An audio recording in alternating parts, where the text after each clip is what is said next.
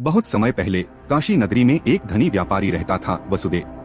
धन तो अपार था, पर स्वभाव लालची और निर्दयी। गरीबों से ब्याज वसूलते वसूलते उसने कई लोगों की जिंदगी बर्बाद कर दी। एक दिन अचानक उसकी मृत्यु हो गई। अंतिम संस्कार तो हुआ, पर गरुड़ पुराण के अनुसार जिसने जीवन भर पाप किया हो उसे यमदूत सीधा पकड़कर ले जाते हैं। शमशान से लौटते ही गांव वालों ने देखा वसुदेव की परछाई रात में हवेली के पास मंडराती है।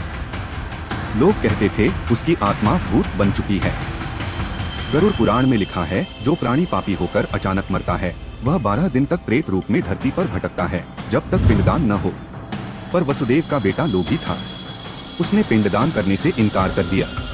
परिणाम यह हुआ कि वसुदेव की आत्मा भटकने लगी।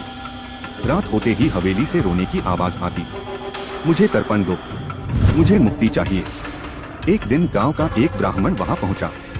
उसने देखा वसुदेव की प्रेतात्मा चांदनी में खड़ी है, शरीर धुएं जैसा, आंखें जलते अंगारे जैसी। ब्राह्मण ने कहा, हे आत्मा, मुक्ति केवल धर्म से मिलेगी, बिना पिंडदान और श्राद्ध के तू इस लोक से नहीं जा सकेगा। तभी आकाश से गरुड़ पुराण का श्लोक मानो गूंज उठा, पिंडदान, तर्पण और श्राद्ध से ही प्रेत योनि से मुक्ति होती है, अन्यथा आत्मा पिशाच रूप ले लेती है। ब्राह्मण ने गांव वालों को समझाया। सबने मिलकर नदी किनारे श्राद्ध और तर्पण किया। जैसे ही जल अर्पित हुआ, हवेली से करुण चीत्कार उठा और फिर शांति छा गई। लोगों ने कहा, आज वसुदेव को मुक्ति मिल गई। यह कहानी गरुड़ पुराण और धर्मशास्त्रों में वर्णित प्रेत योनि की मान्यता पर आधारित है। इसमें डर भी है और धार्मिक शिक्षा भी कि मृत्यु के बाद आत्मा को शांति देने के लिए श्राद्ध और तर्पण कितना आवश्यक है।